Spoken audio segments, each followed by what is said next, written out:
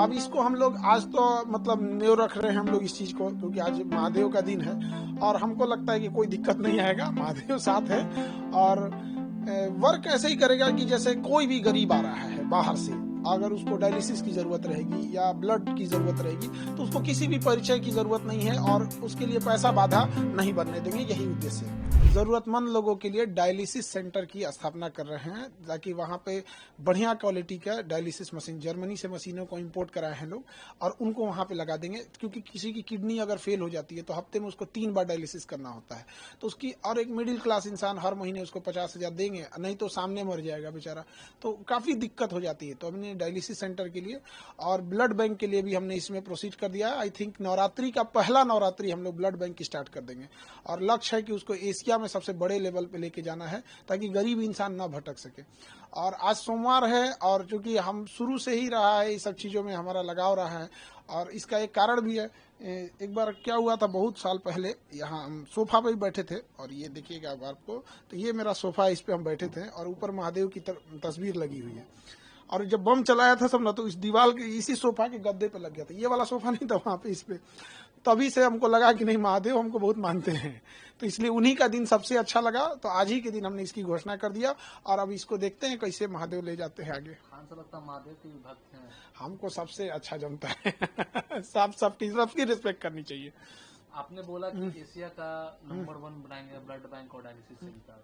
देखिए, हमको ना इसको हर डिस्ट्रिक्ट पे ले जाना है, क्योंकि गरीबी किसी एक जगह पे नहीं है, तो धीरे धीरे करके हमको हर डिस्ट्रिक्ट पे लेके जाना है। स्टार्टिंग पटना से करेंगे और उसके बाद वहां से हर डिस्ट्रिक्ट तक ले जाएंगे और ब्लड बैंक को भी हम लोग ने लगभग हर डिस्ट्रिक्ट पे अवेलेबल कराएंगे। और खास करके अगर आप देखेंगे तो बिहार में तो अलग अलग ही है, बनारस में भी बहुत ज्यादा ब्लड का डिमांड होता है, क्योंकि बनारस के पास मेडिकल इंफ्रास्ट्रक्चर ठीक है, तो अगल बगल के लोग भी वहां जाते हैं इलाज कराने के लिए, बट वहां उनका कोई परिचित नहीं मिलता है। खास करके पटना में भी गांव से कोई आते हैं तो उनका कोई परिचित नहीं मिलता है, तो उनको ब्लड की बड़ी किल्लत हो जाती है, बेचारे रो देते हैं लोग यहाँ। इसीलिए हमने इसकी पहल की कि हमें समाज ने हमें कुछ दिया है तो समाज को लौटा के जाना है, यही एक मानव धर्म होता है। अन्यथा मतलब अगर समाज के काम ना आ सके तो क्या ही कर पाएंगे। और इसको धीरे धीरे हर एक डिस्ट्रिक्ट पे ले जाएंगे ताकि कोई भी इंसान को एक भलाई हो सके, उसको समाज को एक अच्छा आउटकम मिल सके। खान साहब, आप शिक्षक के साथ साथ आप समाज सेवक भी बनेंगे, क्योंकि एक समाज का अच्छा कार्य होगा। शिक्षक को हमेशा समाज को लेके ही चलना होता है, क्योंकि कहा जाता है हम शिक्षकों के बारे में कि हमारे गोद में निर्माण और विनाश दोनों पलता है। यदि हम बच्चों को अच्छी रास्ते पे दिखाएंगे तो कल को बच्चों में से भी एक लाखों बच्चे पढ़ते हैं, कोई प्रेरित होगा, तो छोटा मोटा ऐसे ही करके हम जब एक दूसरे का जब सहयोग करेंगे तो बहुत आगे जाएंगे।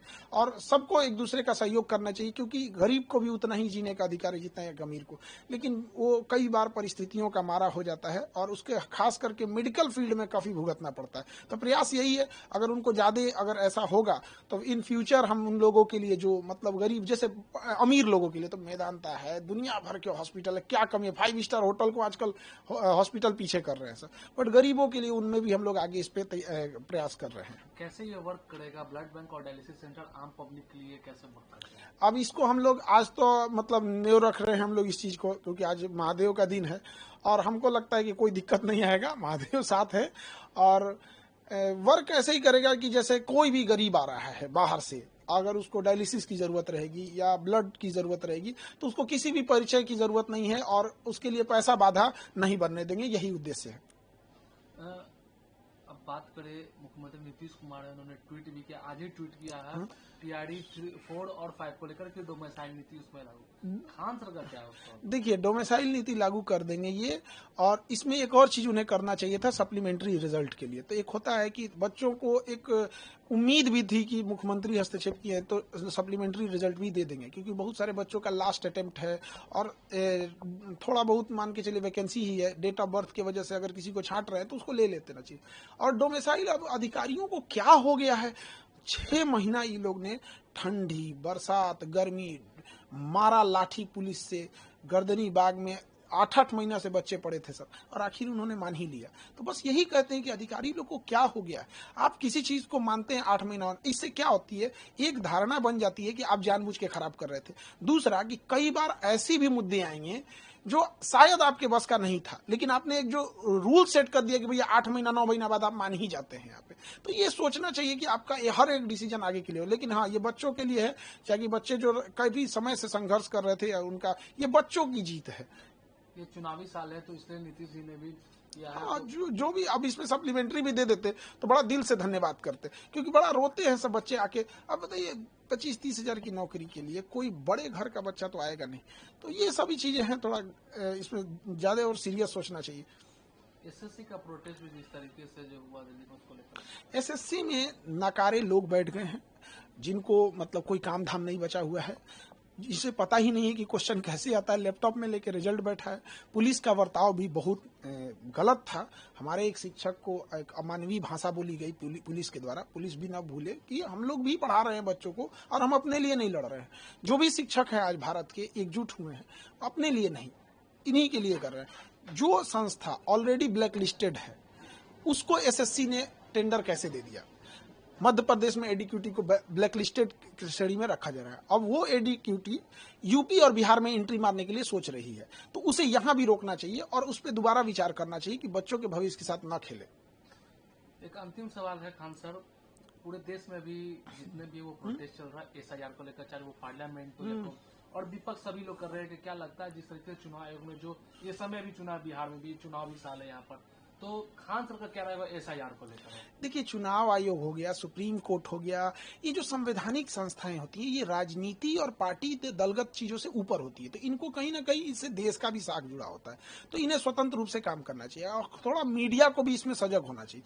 क्या है कि मीडिया चुनाव से पहले ओपिनियन पोल दिखाने लगती है, तो आप जब 2 महीने से किसी चीज को दिखा रहे हैं कि ये जीतेगा, ये जीतेगा, ये जीतेगा, फिर चुनाव के दिन अगले दिन एग्जिट पोल दिखाने लगते हैं, फिर अगले दिन विश्लेषण करने लगते हैं। अब एक जो इंसान, एक साधारण इंसान घर में टीवी पे देख रहा है 2 महीने से फलाना पार्टी जीतने वाली है, जीतने वाली है, अचानक जब कोई दूसरी जीतेगी तो क्या बोलेगा?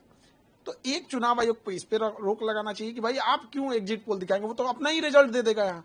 दूसरी कि चुनाव आयोग को हमेशा देश के प्रति सोचे, और अगर कोई भी एक व्यक्ति छूट रहा है तो ना छूटे यहाँ पर। हाँ, जो इलीगल है वो बचना भी नहीं चाहिए, और जो योग्य है उसका नहीं करना चाहिए। अब चूंकि बिहार में ये समस्या इसलिए हो जाती है कि यहाँ पे बहुत सारे मजदूर पलायन किए हैं रोजगार के लिए, तो वो इतना जल्दी आ नहीं पाते हैं, तो ये एक बड़ी समस्या है। इस पर हमको लगता है चुनाव आयोग और सुप्रीम कोर्ट जो भी हो, इसे अच्छे से इसे फाइनल कर लेंगे लोग। 65 लाख लोगों का बिहार में कटा है, वोटर लिस्ट से नाम कटा है।